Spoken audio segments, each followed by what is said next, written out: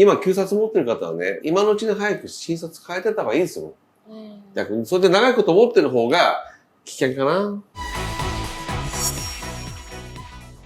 お父さん。はい。いよいよ。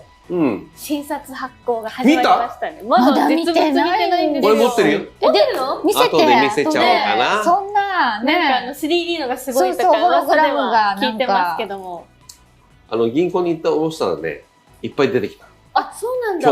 今日のうちで、約20年に1回は直しますけどね、セキュリティのこともあってね。でも最後かもしれないって言ってましたもんね。新札発行するのがね。もう現金が。デジタルになっていくのでね、これが最後かなっていう、まあ力入ってますよね。なんでこの新札がこんなに話題なのか分かる？そもそも来年は。わかんない。国を表す意味で2種類あって、一つは言語なんですよ。言葉ね。あとはお金なんですよ。で、これがやっぱり国を表す。一番の、わかりやすい。まあ、国旗とかいろいろあるけども、要は国が自分たちの紙幣を持たなくなる、言語を持たなくなるってことは国として機能しなくなる。そういう意味では、お札というのはその国を象徴するものなので、非常に大事。それが、じゃあ例えば、お札で言うと今回は渋沢さんとか、あとは津田さんとかね、そういういわゆる教育者の方が今回多いですよね。で、前回は文学者だった。その前は政治家だったっていうふうに、なんでそういうふうにその職種に寄っていくかってことも理由があるしね。それはなんとなくわかる？わかんないです。政治家だった時代ってわかるかな？聖徳太子さんとか伊藤博文さんとか。いたでしょ？で、それはやはり、その政治的な問題で、国々との国交の問題とかいろんなことで、例えば伊藤博文であれば、まあ、ハルピンでね、暗殺されましたけども、そういうアジアの問題で、日本ってどうなのよっていう問題が吹き上げてるときに、日本のお金に伊藤さんがいるっていうのは問題あるよねっていうところで、関係のないところで、じゃあ、一番あの時代って政治家が叩かれたんです。だから、絶対叩かれない文学者になった。なるほど。そうそう。で、文学者を出すけど、その文学者も、申し訳ない、あそこに書かれてる文学者、夏目漱石さんもそうですけども、世界的には、まあまあ、研究者はいますけど、そのトルストイとかね、すごい、国を変えていくようなそういう文学者ではないじゃないですか。だから結局、最終的には、今回は、まあ、教育者、という形になってったのかなっていう感じはしますよね。日本。波風が立たないってこと。そうなんですよ。波風が立っちゃいけないのが紙幣なんですよ。面白いでしょ？動物とかにしたらもっと平和なのになとか思うんですけどね。動物だとどこにもいるから。日本特有のものじゃないといけないでしょ。日本のお金だから。日本を代表する日本の顔だから。これが日本の顔ですよっていうふうにしてた時には、まあ、その裏側には例えば富士山があったりとか、今回で言うと、いわゆる浮世絵みたいなのね、波のやつがあるでしょ？北斎さんですか？北斎かな？わかんないけど、そういうのもあったりするでしょ。そういう日本的なものをこう印刷して、で、これが日本ですよっていう主張していくのが、まあ、お札、さっき言ったようにそれが大事なことなの。本当に日本ですって名刺代わりみたいなことにしないといけない。ダメですね。こっち食べ物、寿司とかね、焼肉とか。それやるとね、寿司は韓国が作ったんだとかね。焼肉は韓国が作ったんだよとかね。今も言われてるんで、いろいろ問題が出てくる。まあ、後で見せますけど、そのお金の部分で一番僕が今回違和感感じたのはね、漢字だったのもともとは1000円は1000円って書いてて、左上の方にアラビア文字が、ね、数字が来てた。まあそれがアラビア文字が真ん中に来て、漢字の部分が斜め上に行っちゃった。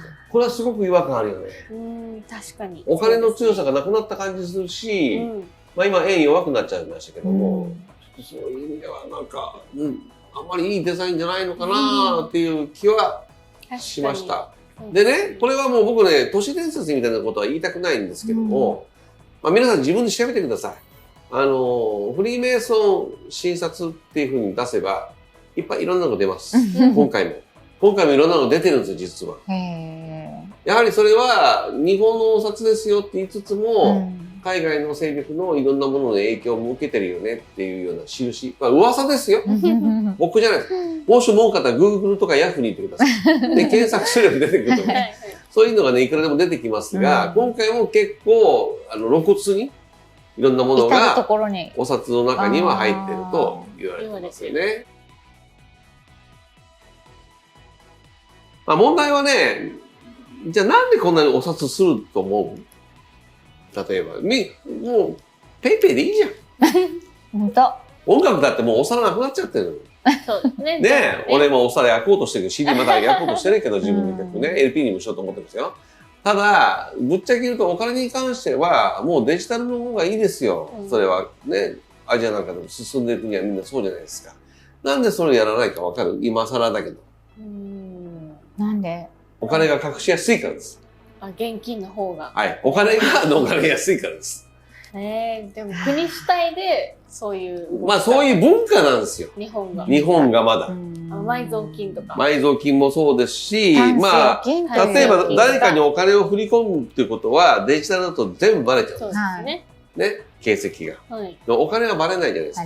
変な話ね。だからそこもあって、おそらく今後はね、皆さん気をつけてほしいのは、国ももちろんそれ分かってるんですよ。分かってて、タンス預金とかね、そういうのに対しても税金かけてきますよ。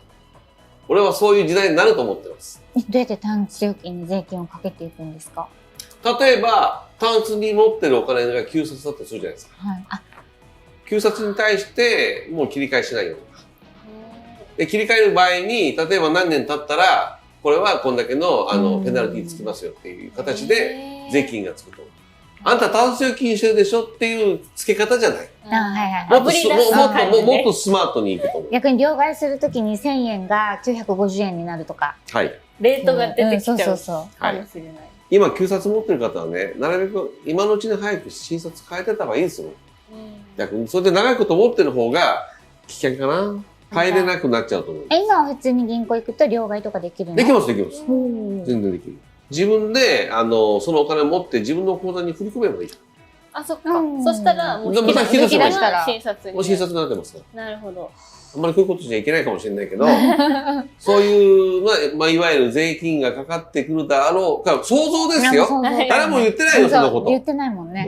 日本人はまだ誰も言ってない。俺が勝手に思ってることだ。そうするだろうなって。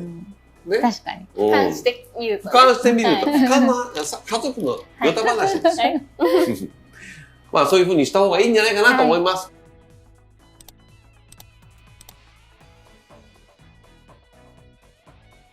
今回もね、157円かまで、一回円高になったでしょ。それは、まあ、もうバレましたけど、2. 何兆円っていうお金をね、2回ぐらい、政府がまあドル買いして、今回やってるわけですよ。だけどまた元に戻ってると。いつまでもそういうことできないので、来年の頭には200円ぐらいまでいっちゃうのかなっていう気はしてますね、僕は。なるほど。だから早めに対策打った方がいいですよね。まあ海外のそのドル建てにしても他のものにしても今はまた海外用の税金も出てきたでしょ。で、持ち出しもできなくなっちゃったので、そういう意味ではやはりまあ、そういう有価証券もそうですし、何らかの形に形を変えた方がいいのかな。日経平均もやっぱり今落ちてるので、そういう意味ではやっぱり株を買うのもあれですしね。まあ一番土地とかね、まあ無難かな。ゴールドも上がってるね。プラチナも上がってるし、銀も上がってるんですよ。鉱物は結構上がってる。そうですね。比較的おとなしかった、その銀とか銅とかが、銅はもともと景気良かったけども、でもみんな上がってますね。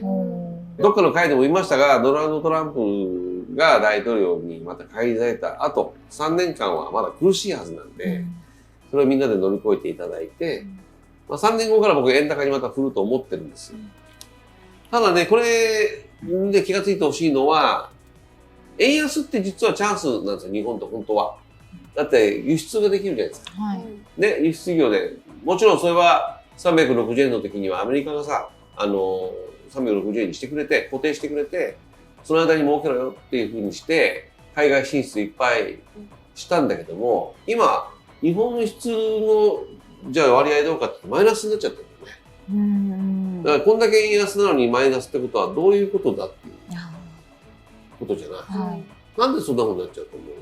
そもそもの原材料とかを海外から結局は輸入して、なんでそもそも日本の商品って世界であんなに売れたと思う？そこを皆さん気がついてほしいことが一個あるんだよね、俺は。日本の商品って昔で言うと例えばホンダとか、車とか自動車メーカーが行きましたけども、最初は走ったらあんな長い距離ないから、日本には演奏起こしたりとか大変だったのよ。どちらかというと日本の商品ってダメだよねっていうことだったんだけども、外人さんたちも含めていろんな人たちが日本を評価したのは日本のジャパニーズシップだった。負けずにどんどんチャレンジしていって研究して、日本ってすごいよね。で、特に海外でやっぱり評価されてるのは下町の、ああいう労働者の、まあ海外でいう労働者階級の場所じゃないですか、本当は。なんだけど、下町の文化として、ちゃんとプライドを持って、金がなくても、そんなにお金もらわなくても、仕事をきっちりやるっていうのが下町文化なんですよ。これっていわゆるクラフトマンシップもそうだし、人間の力として働く人に対して評価を与えたのがもともとの日本だった。で、そこを世界中が評価してるんですよ。日本って素敵だねって。でも今の日本ってどっちかというと成果主義。人をあまり評価しなくなる。人よりは結果、成果を求めるから、日本が一番得意だったこのヒューマンパワー、人としての素晴らしさとか人間力っていうところがすごく軽くなっちゃったところが一番日本の経済をダメにしたと。だって日本ってもともと鉱物で勝負するところじゃなかったんだよ。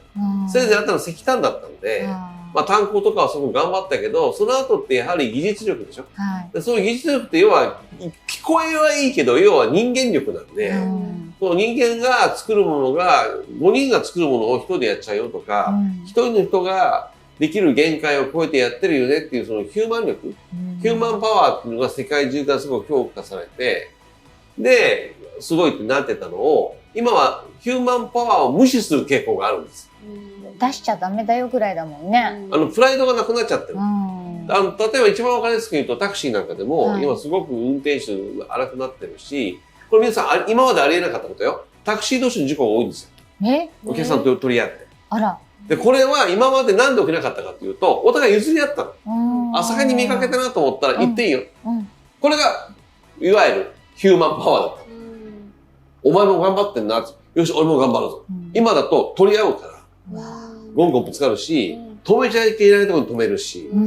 で、それで渋滞が起ころうが何しようが、そこで自分が1000円、2000円でも稼ぐぞっていう成果主義になっちゃったっていうところが、日本の力を一番落としたなって僕は思ってる。なるほどね。だからここからどんだけいい製品を作ろうが、成果が上がるものをやったとしても、日本ってそこで評価されてきた国じゃないので、やはり名前がそうでしょ、トヨタとか、ホンダとか、松下とかっていうのは何かっていうと、名前があんだけ世界中でブランドになるっていうのは、ヒューマンパワーとしての、これすごいよね。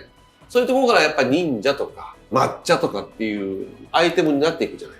結局それが自分たちを超えた力を持っているのが日本人だよねっていうところが薄れてきたっていうのが世界中の人たちの評価なので、と僕は思ってるから、ぜひね、もうちょっと遅いかもしれないけど、もっと成果から個人、もう一回もともと僕ら何もなかったし、そもそもね、今後いろんなことが社会で起きたとしても、世界で起きたとしても、日本って食べていけるんですよ、どうにか。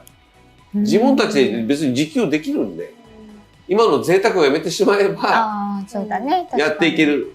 で、世の中贅沢以前の問題でも食料問題も起きてくるし、いろんなことが起きてくるから、生きていけなくなるけど、日本はないんですよ、そんなことは。ってことは僕らが欲張りすぎていろんなことを望みすぎて、本来の自分たちの力すらもなくしてしまってるんだよなってことは気がついてほしいし、そもそも世界に追いつこうと思って個人が頑張ってきたその力を評価されたのが日本だってことをね、理解していただくともっと変わるのかな。そういう意味では教育者の人たちが紙幣になったのも偶然ではなくてね、そういうところを望む人たちがいるのかなっていう感じはするよね。でもそう考えるとまだ希望は捨てなくていいのかな。いや、星虎から、もう大人になってからは3年後にはまた日本にも経済が戻ってきます必ず、日本っていうのはね。そうなってからの準備を整えて、まあそういえばあと4年でしょ。あと4年間の中で、ある程度の揺さぶりはあるけども、じゃあ、春さん言うように、個人力っていうのが一番認められた国であれば、自分たち個人が頑張っていけば、もっと自分たちにプライドを持てばね、本来の自分たちの力が発揮できるんだって思っていただくとね、希望を持てるかなっていう気はしますね。いいね。やっぱりバブルで私たちは成果主義になってしまったので、もう今バブルもないのに成果主義に走ると、じゃああんたたち成果に対して給料払えよって言って払えないわけだから、それ逆切れするのは仕方ないことで、私たちがね。そもそも私たちは給料よりも職人シップとかね、仕事の内容に満足してた人たちだってことを僕は思い出してね、こんだけ経済も弱ってますが、ジャパニーズソウルの方にね、もう一回戻っていけたらなと思ってます。私たち3人もね、これで生活してるわけじゃないんですよ。春チャンネルでね。あくまでその家族としてやってきたそのソウル。で、今の世の中に対してそうじゃないでしょっていう思いが3人の中にあって、3人で結集してね、こういうメッセージを届けているんでね。私たちは私たちのソウルを届けてるんで、皆さんもこれ見て面白いと思っている方々がもしいらっしゃる、いると思いますけど、たくさんいらっしゃると思いますが、お互いにソウルを持ってね、日本をもう一回底上げしていきましょう。頑張ります。